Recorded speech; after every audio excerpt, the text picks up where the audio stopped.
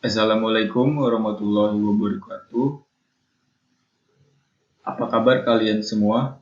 Semoga kalian selalu dalam lindungan Allah Subhanahu wa taala.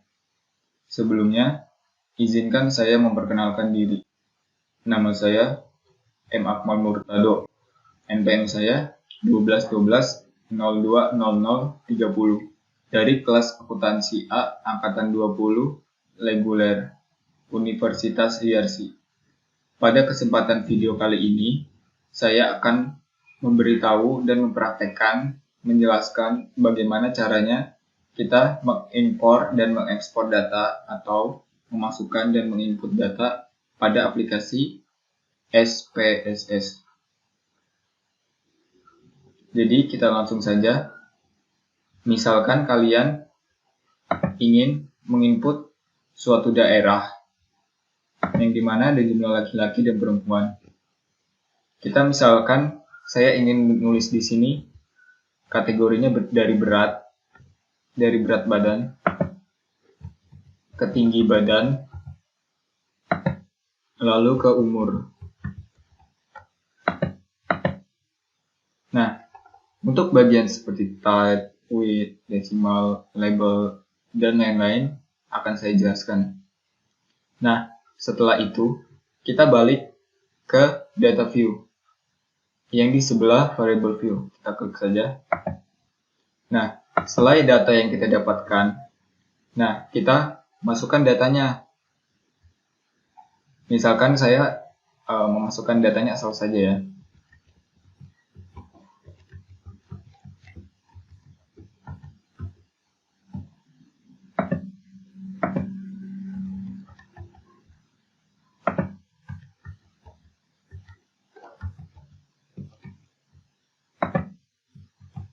Mengisi datanya sesuai dengan data yang kalian dapatkan. Kalau saya di sini hanya mencontohkan saja.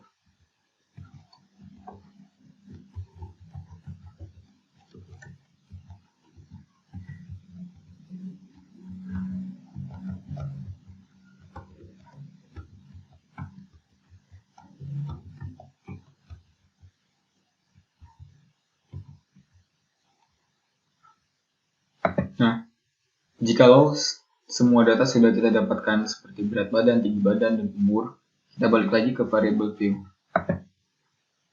Nah, misalkan tadi kan kita sudah menginput data. Nah, kalian menginginkan bagaimana caranya nolnya itu hilang atau desimalnya itu hilang sesuai dengan keinginan kalian. Kita balik ke variable view. Kita klik. Lalu pada di kolom menu desimal, kita misalnya angka desimal berapa yang kita inginkan. Misalkan saya ingin desimalnya 0. Kita tulis semuanya 0.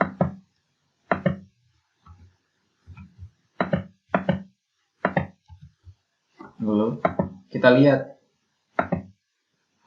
pada bagian data view. Nah, 0 itu hilang atau desimalnya hilang. Nah, misalkan di data view ini dari berat, tinggi badan, umur, itu kan posisinya di sebelah kanan semua. Misalkan kalian saya inginnya di sebelah kiri gitu.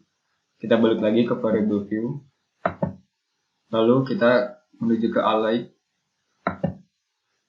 Di sini tertulis right. Misalnya saya ingin kiri semua. Kita pilih kiri semua, left semua. Setelah itu kita lihat di data view. Nah, dari berat badan, tinggi badan, dan umur sudah pindah posisi menjadi kiri semua.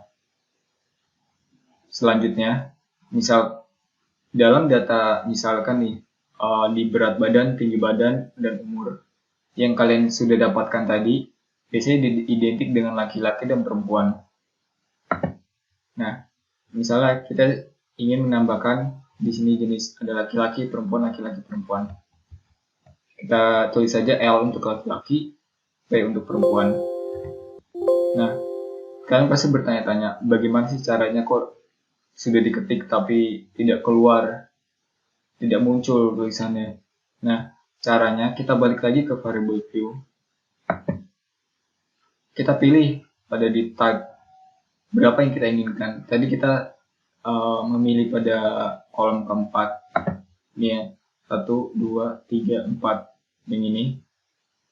Yang kursor saya gerakan, kita balik lagi ke variable view.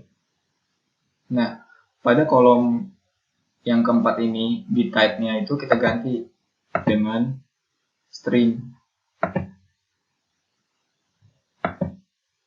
Setelah kita ganti, kita balik lagi ke data view. Kita pilih, kita ketik L untuk laki-laki, P perempuan,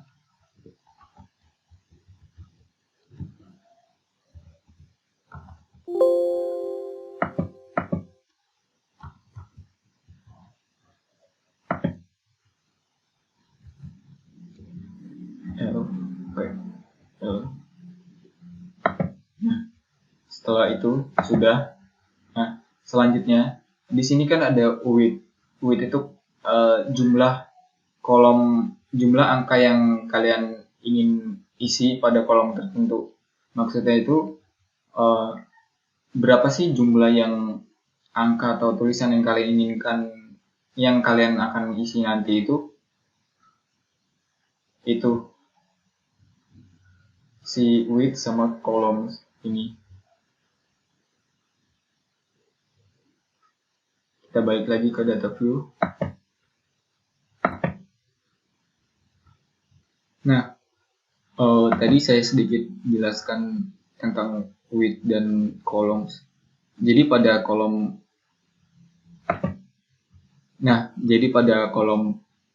width dan columns itu di sini kan berjumlah 8. Maksud saya itu jadi kolom yang disediakan itu ya berjumlah 8. Width dan kolom seperti itu. Nah, selanjutnya yang tadi sudah saya jelaskan seperti type, width, dan decimal. Kita lanjut ke label. Nah, label ini teman-teman itu sejenis kayak dia itu ngasih penjelasan yang lebih spesifik itulah.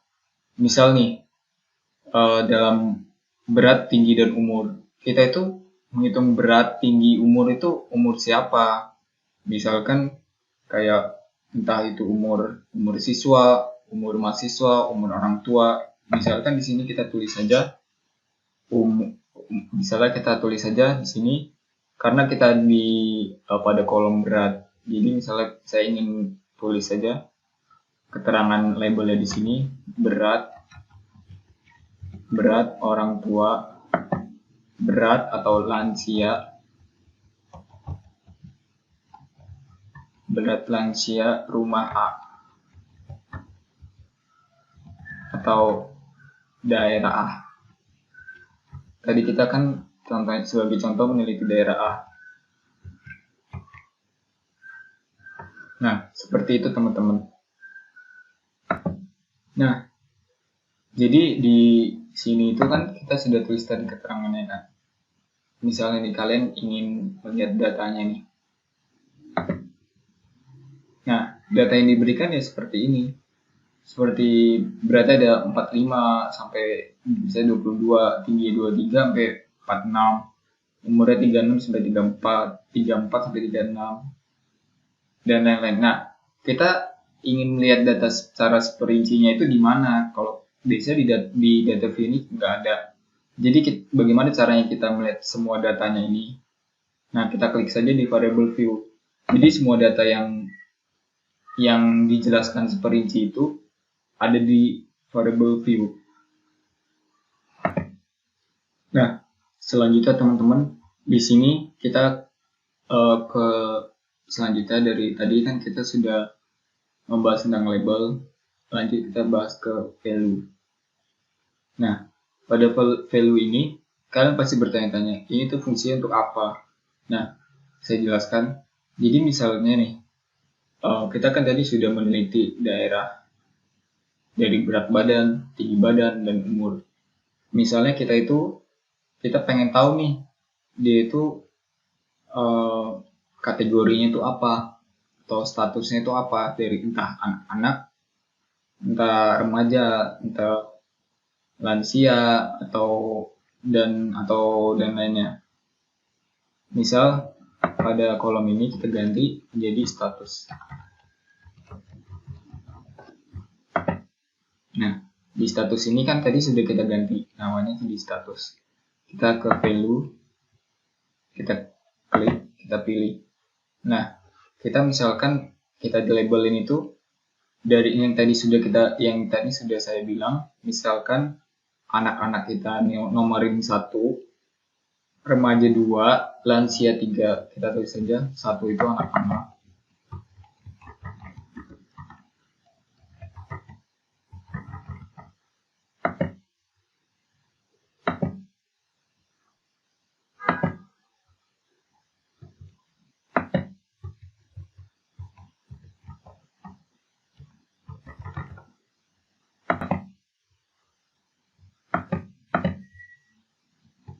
Satu anak-anak. Kita klik add. Nah, di sini kita sudah tulis misalnya 1 anak-anak. Kita lihat nih di variable view. Nah, di status ini kita tulis yang tadi kita inginkan, yang tadi kan ada 1 anak-anak, 2 remaja, 3 lansia. Nah, sebelumnya kita ganti dulu desimalnya biar nggak bingung. Nah, jadi teman-teman, pada kolom status ini, jadi itu dia tadi kan kita jelaskan dengan value. Jadi fungsinya itu pada data view-nya sini, status itu, jadi dia itu bukan sekedar angka, bukan sekedar nilai. Jadi dia itu angka yang bisa menjelaskan yang jadi itu kayak karakteristik gitu, jadi kayak mempersingkat gitulah. Jadi misalnya kita sudah tahu nih 1 itu apa, 2 apa, 3 apa, itu mempunyai makna tersendiri di variable view. Oke, selanjutnya dari tadi kita sudah banyak menjelaskan tentang type, weight, decimal, label, nilai, atau value. Nah, kita missing ini kita lewati saja karena tidak terlalu sebenarnya sih berguna teman-teman, cuman mungkin jarang kita pakai. Ada columns, ada yang tadi kita sudah jelaskan bagaimana cara kita bisa ke kiri, ke kanan gitu. Kita sekarang ke measure. Nah, measure ini jenis data apa yang kita inginkan, yang kita sudah pilih tadi. Misalnya kita tulis saja misalnya nominal semua yang sesuai dengan data kita.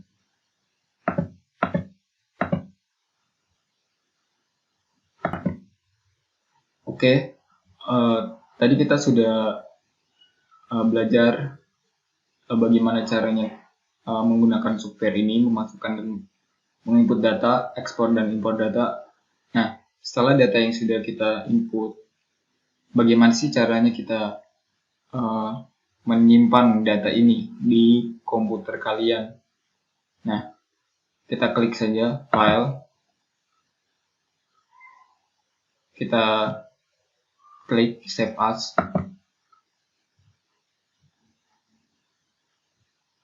Nah, kita pilih nih data yang ini, kita mau simpan di mana sesuai dengan keinginan kalian.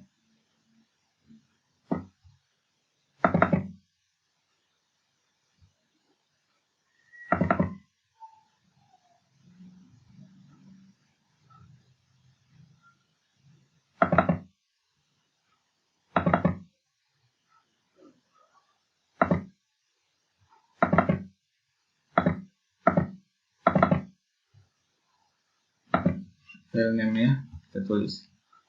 Saya di sini nama saya Latihan Akmal. Oke, kita save. Nah, sudah kesimpan latihan emakmal. Jadi teman-teman seperti itu materi atau pembahasan yang sudah kita dapat hari ini. Oke, tadi kita sudah mempelajari bagaimana caranya menginput dan mengimpor data. Sekarang kita akan mempelajari bagaimana caranya kita memindahkan data dari Excel ke aplikasi SPSS. Misalnya nih, saya sudah membuka data di Excel.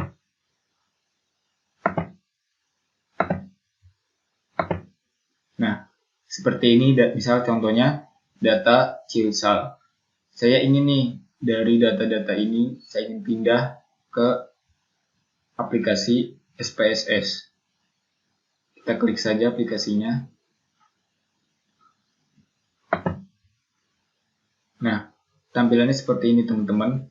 Kita klik di file, kita klik di open data, lalu kita pilih data. Kita tunggu sebentar teman-teman. Nah, kita kan tadi ingin menginput data nih dari dari Excel ke aplikasi SPSS. Kita ubah nih di file of type. Kita ubah ke Excel. Di sini ya teman-teman, kita klik. Nah, misalnya nih, tadi saya nyimpennya di download.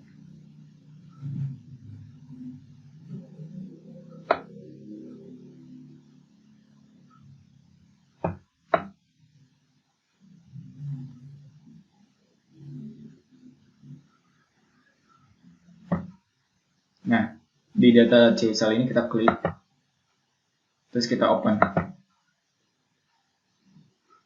Kita tunggu sebentar ya teman-teman.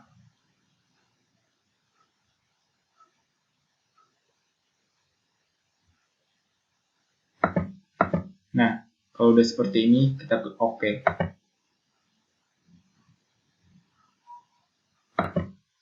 Lalu teman-teman, data yang tadi yang di file Excel sudah dipindah ke aplikasi SPSS. Jadi seperti itu ya teman-teman. Nah, tadi kan data di sini nih. Kita ingin nih data pindah ke aplikasi SPSS. Gimana sih caranya? Nah, yang tadi saya jelaskan. Kita klik file, kita klik open, langsung data. Nah, select datanya dari mana nih? Dari Excel kan tadi. Kita klik aja di Excel tuh. Excel, dan kita pilih datanya langsung open dan OK. Langsung seperti ini. Jadi paham ya teman-teman? Nah, oke teman-teman. Nah, untuk pembahasan selanjutnya, misalnya nih, kalian nih, saya ambil contohnya dulu. Nah, misalnya kalian sudah membuat data seperti ini. Dari ID, last name, first name, sampai first file. Nah, kalian ini pengen dijadiin lebih ringkas lagi. Jadi lebih di istilahnya itu di statistik deskriptif. Jadi kalian sudah terperinci, sudah rapi seperti itu. Nah, bagaimana sih caranya? Jadi supaya kita tahu nilai rata-ratanya berapa, nilai tangannya berapa, dan yang paling tingginya berapa. Nah, jadi itu seperti gimana sih teman-teman gitu. Nah, caranya kita klik pada menu Analyze. Kita pilih statistik, deskriptif statistik. Setelah itu kita klik deskriptif. Kita masukin saja teman-teman.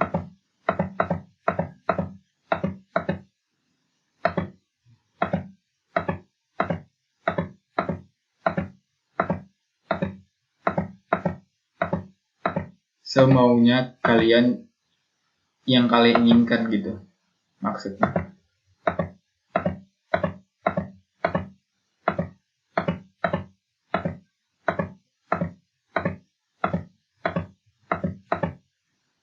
Misalnya nih, sudah semua ya.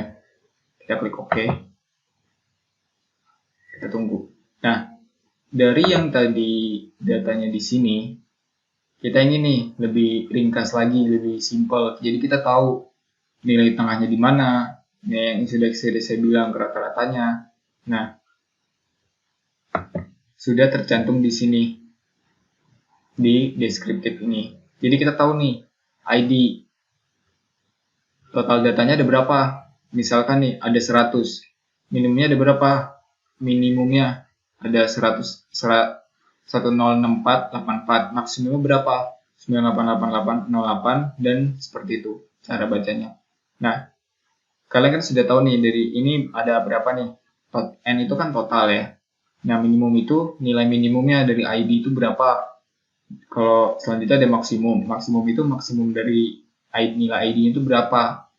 Selanjutnya ada min atau nilai rata-rata. Nah, nilai min ini nilai rata-rata dari ID itu berapa? Nah, selanjutnya standar deviasi itu jadi kayak